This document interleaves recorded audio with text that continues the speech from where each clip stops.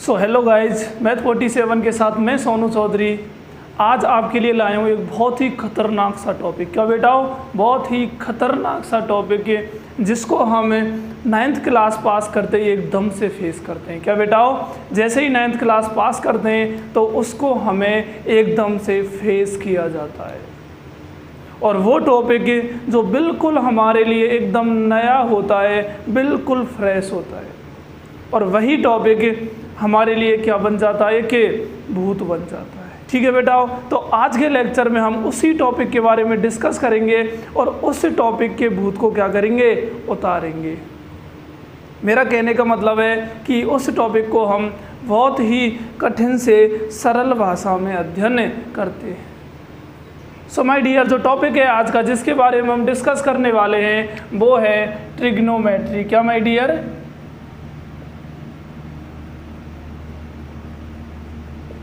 Trigonometry, जिसको हम हिंदी में कहते हैं त्रिकोणमिति।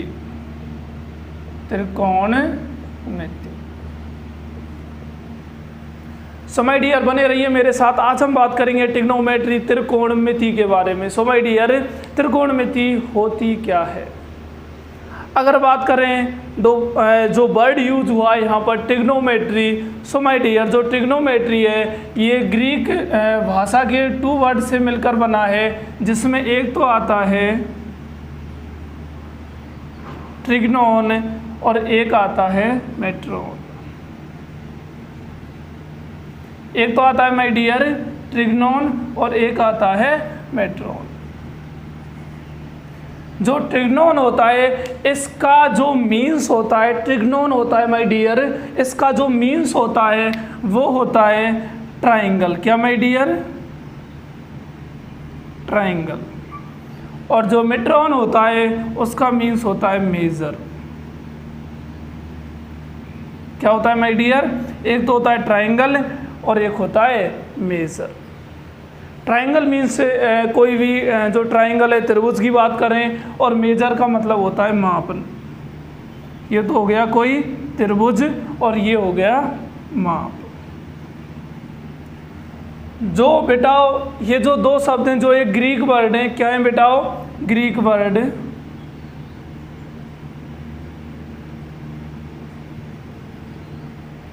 एक तो होता है ट्रिग्नोन और एक होता है मेट्रोन, जिसमें एक का मतलब ट्राइंगल है और दूसरे का मतलब है मेजर। किसी भी ट्राइंगल में देखो बेटा, हमेशा ट्रिग्नोमेट्री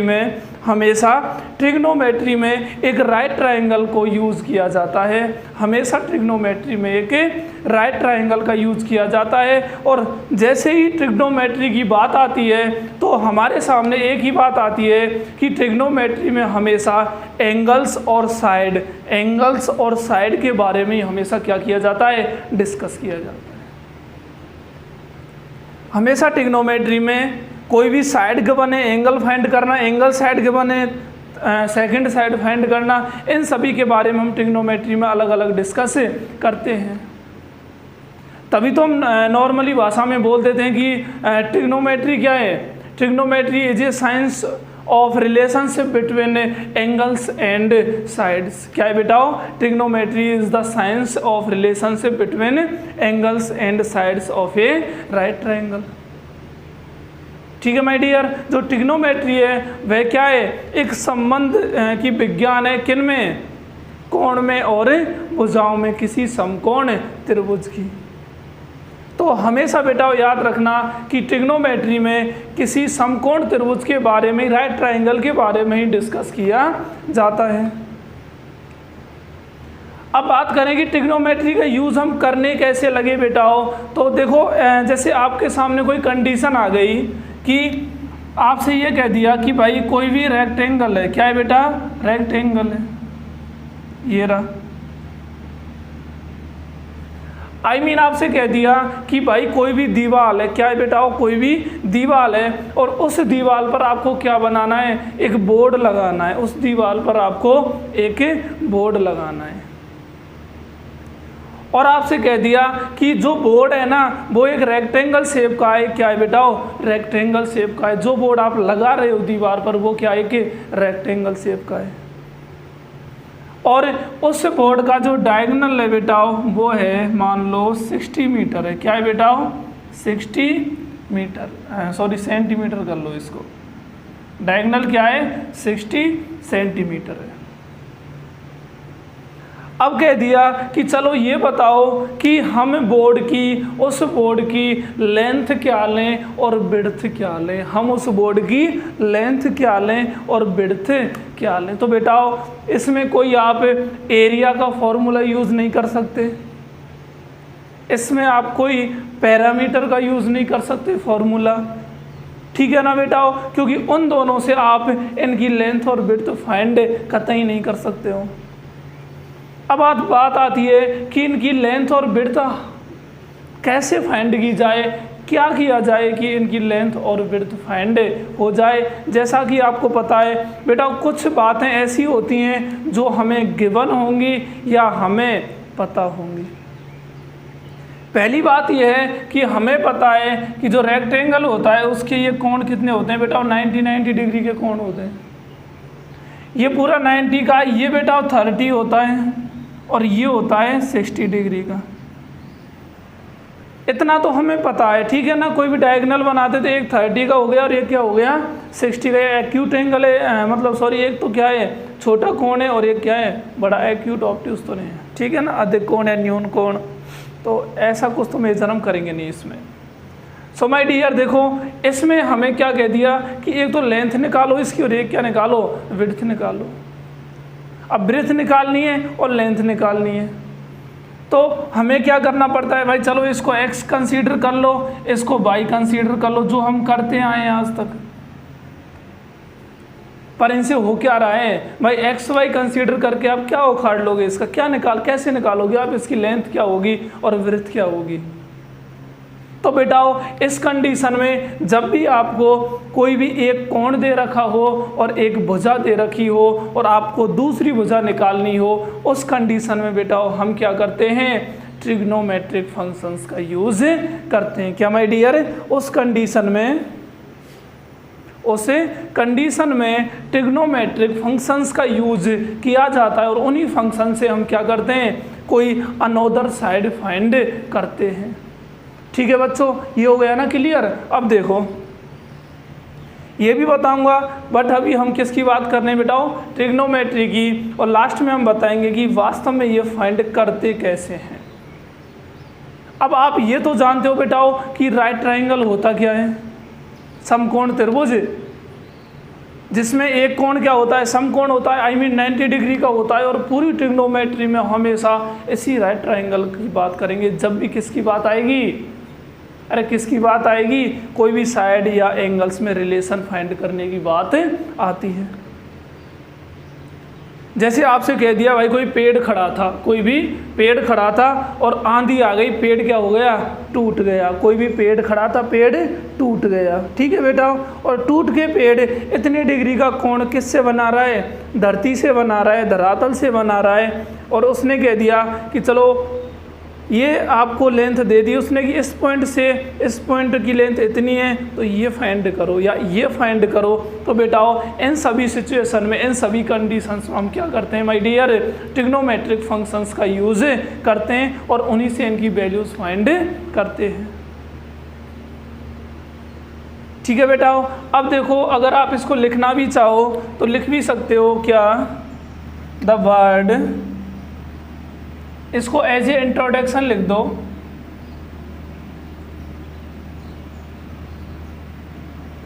एज ए इंट्रोडक्शन, मान लो ये क्या इंट्रोडक्शन में ही लिख दो इसको, ठीक है ना बेटा। तो क्या करेंगे? The word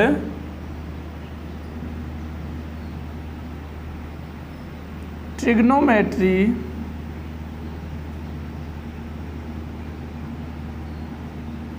the word trigonometry is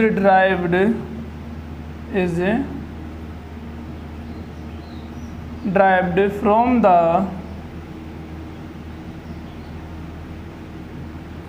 words,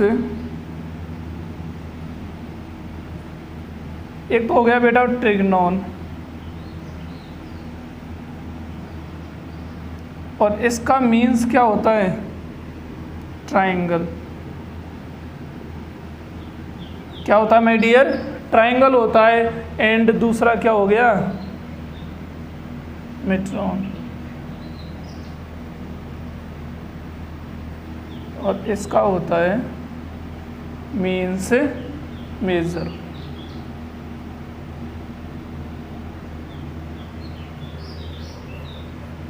okay my dear, जो ट्रिग्नोमेट्री है ये टू ग्रीक, या यहाँ पे आप लिख भी सकते हो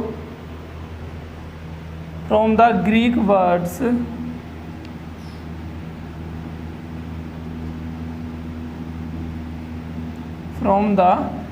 words trigonon and metron. Two Greek words इसमें यूज होते हैं और उन्हीं से मिलकर क्या बनती है माय डियर, ट्रिग्नोमेट्री का निर्माण होता है। ओके, अब देखो बात करते हैं ट्रिग्नोमेट्री के रेशियोज के बारे में। क्या माय डियर, अब हम बात करेंगे कि ट्रिग्नोमेट्रिक रेशियोज क्या होते हैं, कैसे होते हैं, कैसे हम इसमें एक्स और वाई की वैल्यूज फाइंड कर सकते हैं। क्या लाल बटे कक्का होता है, क्या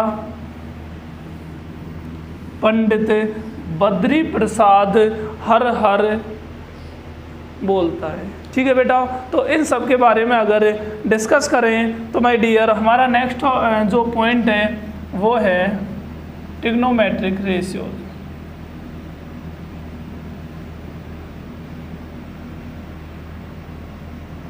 trigonometric ratios. So my dear, अगर डिस्कस की जाए ट्रिग्नोमेट्रिक रेशियोज की तो बेटा मैं आपको बता दूं, अगर हम बात करें किसी भी राइट ट्राइंगल की, किसकी बेटाओ, किसी भी राइट ट्राइंगल की, तो इस राइट ट्राइंगल ABC में, इस राइट ट्राइंगल ABC में ये कोण कितना होता है बेटा, हमेशा 90 डिग्री का मिलेगा। कितना माय डियर, ऑलवेज 90 डिग्री मिलेगा। अब इसमें दो कहानी चलती है बेटा, एक बार तो आप कोण C का यूज करोगे और एक बार आप कोण A का यूज करोगे। एक बार तो कोण C का यूज किया जाएगा यहाँ पर और एक बार कोण किसका यूज किया जाएगा, A का यूज किया जाएगा। जब भी कोण C की बात करेंगे बेटाओ, जब भी कोण C की बात की जाएगी तो ये जो कोण C है ना, जो बड़ी साइड है, हमेशा याद रखना बेटाओ, जो बड़ी साइड है ना वो हमेशा हाइपोटेनियस का काम करता है। किसका बेटाओ, हाइपोटेनियस का।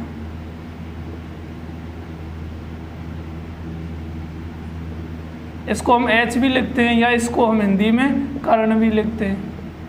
कर्ण वो महाभारत वाला कर्ण नहीं है, वो ढिसुम ढिसुम तीर चलाता है। ये क्या है बेटाओ, एक राइट ट्राइंगल का कर्ण है।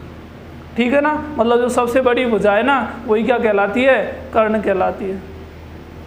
ओके माय डियर, जिस एंगल की हम बात करते हैं, मान लो हम इस एंगल की बात कर रहे हैं, तो इस एंगल के जस्ट जो अपोजिट साइड होती है, side opposite to angle C होती है माय डियर, साइड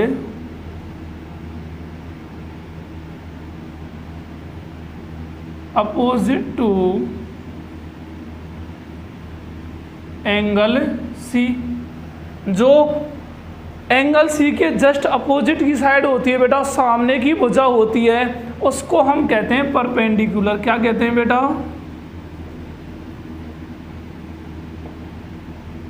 क्या कहते हैं मेरे बच्चों, परपेंडिकुलर कहते हैं। और इसी को हिंदी में क्या कहते हैं बेटा, लंब कहते हैं। क्या, लंब कहते हैं। और जो बेटा बिल्कुल एडजेसेंट साइड है, बिल्कुल इसके जो पास से गुजरती हुई जो भुजा है, साइड है, उसको हम कहते हैं आधार। या इसको ऐसे भी लिख सकते हैं, side adjacent to angle C, side adjacent to angle C। यहाँ केवल बेटा किसकी बात की जा रही है, एंगल C की बात की जा रही है। और इसी को हम क्या कहते हैं, बेस कहते हैं। क्या कहते हैं, बेस, आई मीन आधार। ठीक है बेटा, कभी भी कोई भी राइट ट्राइंगल है, कोई भी राइट ट्रायंगल आपको अगर दिया गया है तो उसमें ये बातें आपको ध्यान रखनी है कि जो सबसे बड़ी भुजा होती है, स्मॉलर साइड होती है, उसको हमेशा कर्ण कहा जाता है। उसको हमेशा बेटाओ कर्ण कहा जाता है। और नंबर सेकंड की बात करें तो जो बिल्कुल अपोजिट साइड होती है, जैसे कोई भी आपने कोण कंसीडर किया है, उस कोण के जो अपोजिट, तो हम क्या कह रहे थे बेटाओ कि जो राइट ट्रायंगल होता है उसमें जो सबसे बड़ी भुजा है वो कर्ण कहा जाता है। जो एंगल होता है, जैसे एंगल यहाँ पर क्या है, अरे सी दिया गया है ना, और इस एंगल के बिल्कुल एडजेसेंट साइड होती है, बिल्कुल इसके पास से गुजरने वाली साइड होती है, उसको हम बेस कहते हैं, आधार कहते हैं। और बिल्कुल अपोजिट में क्या होता है, परपेंडिकुलर होता है। ठीक है बेटा, अगर बात करें ट्रिग्नोमेट्री की, तो ट्रिग्नोमेट्री में कुल मिला के 6 फंक्शन होते हैं बेटा, ध्यान देना। जो सबसे पहले आता है वो आता है साइन थीटा। क्या माय डियर, सबसे पहले कौन आता है, साइन थीटा। नंबर सेकंड पर आता है कॉस थीटा। नंबर थर्ड पर आता है टेन थीटा। नंबर 4 पर आता है कॉट थीटा। नंबर 5 पर आता है सेक थीटा। और नंबर 6 पर आता है कोसेक थीटा। ठीक है बेटा, ये कुल मिला के 6 ट्रिग्नोमेट्रिक रेशियोज होते हैं जिनके बारे में हम ट्रिग्नोमेट्री में शुरू से लेकर अंत तक डिस्कस करते हैं। चूँकि क्लास 10th में ट्रिग्नोमेट्री की स्टार्टिंग होती है और यही ट्रिग्नोमेट्री आगे जाके ट्रिग्नोमेट्रिक फंक्शंस में जाती है और फिर वही ट्रिग्नोमेट्रिक फंक्शंस और आगे इंक्रीज होके इनवर्स ट्रिग्नोमेट्रिक फंक्शंस का रूप लेते हैं। ट्रिग्नोमेट्रिक फंक्शंस में माय डियर हम इन सभी ट्रिग्नोमेट्रिक फंक्शन को अलग अलग एक ग्राफ बनाकर एक ज्योमेट्रिकल रिप्रेजेंटेशन करके इनके बारे में बहुत ही डिटेल में अध्ययन करते हैं। और चूंकि बात की जाए सिर्फ एक क्लास 10th की लेवल की, तो उसमें सिर्फ हम ये देखते हैं कि ट्रिग्नोमेट्रिक में जो एक राइट ट्रायंगल होता है जिसमें एक हाइपोटेनियस होता है, एक बेस होता है, एक परपेंडिकुलर होता है, उन सभी में इनके रेशियोज किस किस तरह यूज में लिए जाते हैं। चूँकि बेटा मैं दोनों मीडियमों को मद्देनज़र रखते हुए चल रहा हूँ, तो हमेशा इंग्लिश मीडियम या CBSE के लिए जो ये होता है PBP/HHB, पंडित बद्री प्रसाद हर हर बोले। ठीक है बेटा, ये क्या है, इसका एक ट्रिक है। क्या है बेटा, ट्रिक, याद रखने की ट्रिक। PBP/HHB। और हिंदी वालों में तो सबसे बेस्ट है क्या बेटा, लाल बटे कक्का। क्या बेटा, लाल बटे कक्का। अब देखो बेटा, यहीं से स्टार्ट कर दो शुरू से। इनमें अलग अलग गोले बना दो। एक गोला इसका बन गया, एक गोला इसका बन गया और एक गोला इसका बन गया। सबसे पहले हमारे पास जो सबसे पहले आते हैं वो आते हैं साइन थीटा। तो साइन थीटा क्या होगा बेटा, P/H। क्या होगा बेटा, P/H, आई मीन क्या होगा बेटा, लंब बटे कर्ण होगा। लंब बटे कर्ण, परपेंडिकुलर बटे हाइपोटेनस। जो नेक्स्ट की बात करें कॉस थीटा की, तो कॉस थीटा क्या होता है बेटा, B/H मतलब आधार बटे क्या होता है बेटा, कर्ण होता है। बात की जाए टेन थीटा की, तो ये होता है बेटा परपेंडिकुलर अपॉन बेस। क्या होता है बेटा, perpendicular upon base, I mean लंब बटे आधार। चूंकि बेटा जो कॉट थीटा होता है, वैसे हम टेन थीटा को, ध्यान देना बेटा, sine theta upon cos theta भी लिखते हैं। टेन थीटा को हम sine theta upon cos theta से भी रिप्रेजेंट करते हैं।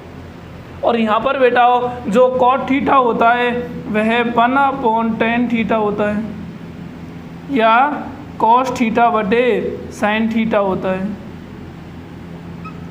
तो ये अगर लंब बटे आधार है, परपेंडिकुलर बटे बेस है, तो ये क्या हो जाएगा, जस्ट इसका उल्टा, बेस बटे परपेंडिकुलर मतलब आधार बटे क्या हो गया बेटा, लंब हो गया।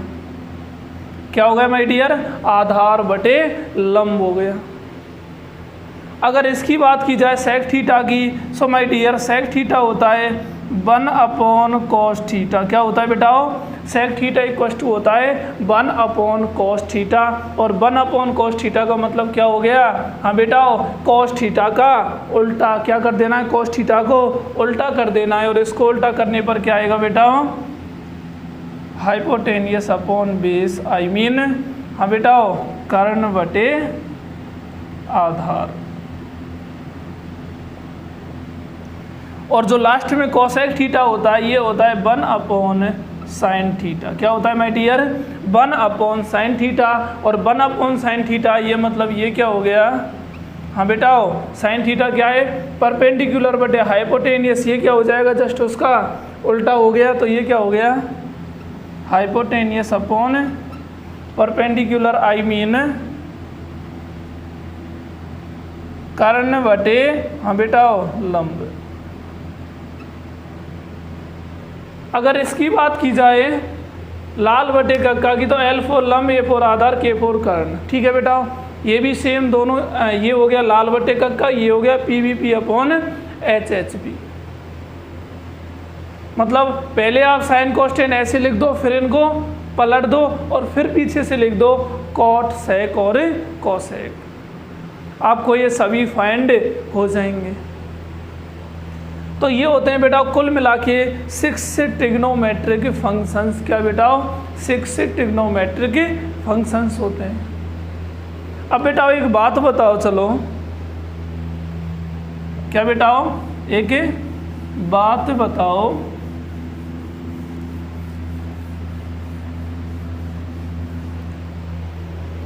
एक आपने फॉर्मूला पढ़ा होगा, बहुत जगह देखा भी होगा, बहुत जगह सुना भी होगा, बहुत जगह चर्चाओं में भी आया होगा। वो फॉर्मूला क्या है बेटा? सबसे पहले हम पढ़ते हैं कि sine square theta plus cos square theta equal to क्या होता है? 1 होता है। क्या बेटा? Sine square theta plus cos square theta equal to क्या होता है? 1 होता है। चूँकि sine square theta plus cos square theta अगर 1 होता है तो बेटा आपको ये भी पता होगा कि साइन स्क्वायर थीटा बराबर होगा 1 माइनस कॉस स्क्वायर थीटा। किससे बेटा? ट्रांसफॉर्मेशन लॉ से। अकॉर्डिंग टू ट्रांसफॉर्मेशन लॉ इस कॉस स्क्वायर थीटा को अगर इधर ले जाएं तो माइनस का होगा, वहीं अगर कॉस स्क्वायर थीटा को फाइंड करना चाहें तो ये क्या होगा बेटा? 1 minus sign square theta.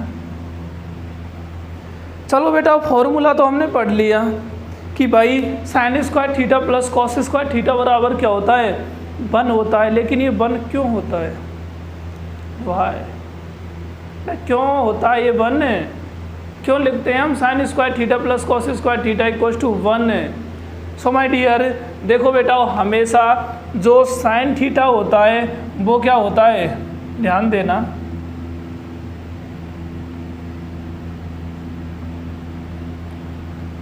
Sine theta होता है P अपॉन H होता है, इसका whole square, plus cos theta क्या होता है? B अपॉन H होता है, इसका होल स्क्वायर हो गया। ठीक है बेटा, अब ये क्या बन गया? ये तो हो गया P square upon H square और प्लस ये हो गया B square upon H square हो गया।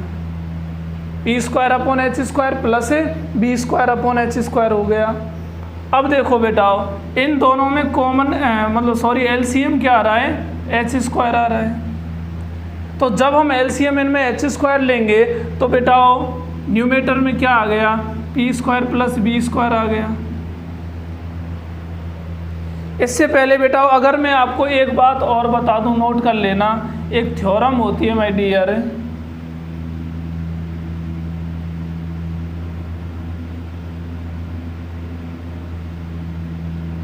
Pythagoras theorem.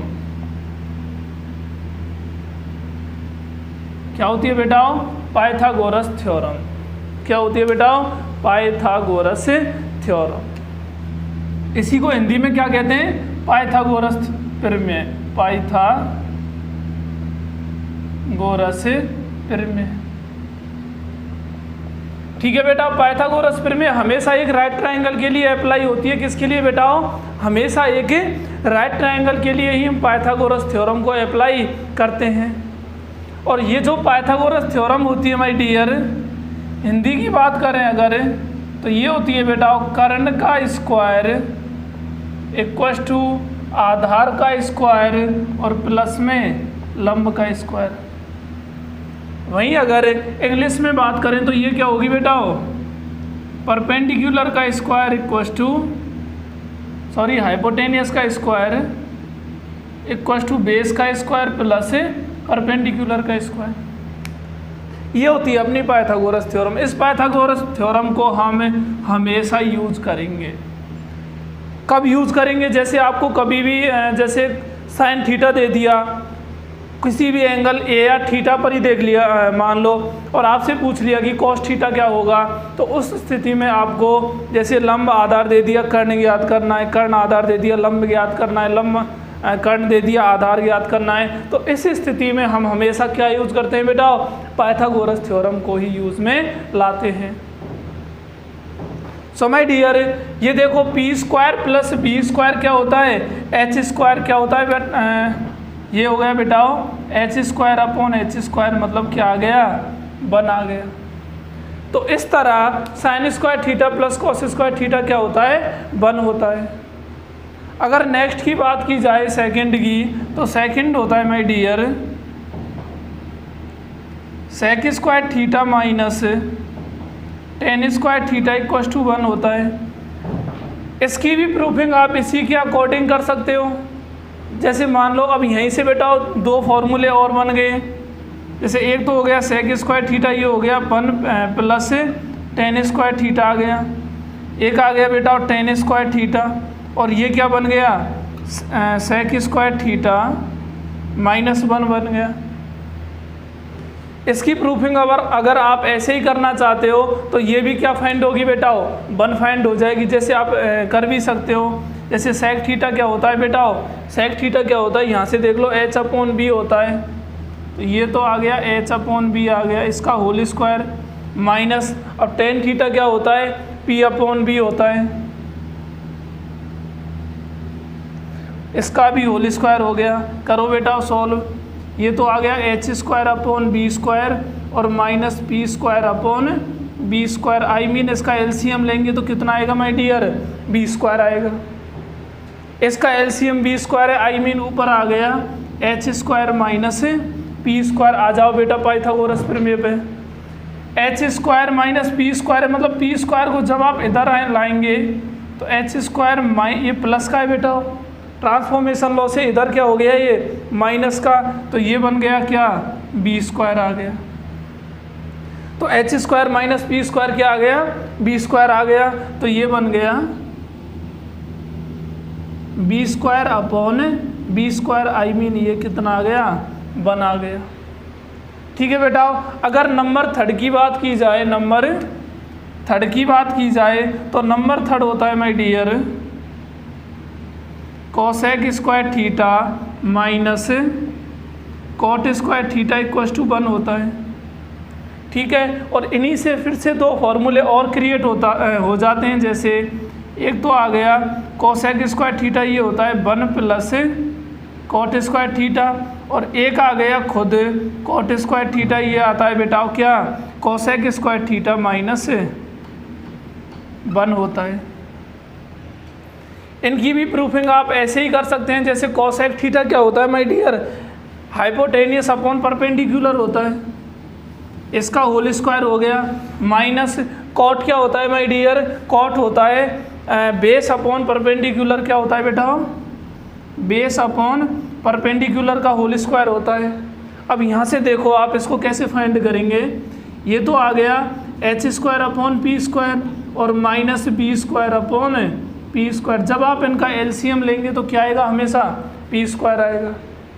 और पी स्क्वायर एलसीएम लेते ही ऊपर क्या आ गया बेटा? न्यूमेटर में H square minus B square. और फिर आप यहाँ पे आ जाओ। अब हमको क्या चाहिए? H square minus B square, मतलब एच स्क्वायर बी स्क्वायर को इधर लाएंगे तो माइनस का होगा, इक्वल टू क्या आ गया? P square. तो ये भी क्या बन गया? P square upon P square और ये कितना आ गया माय डियर 1 आ गया।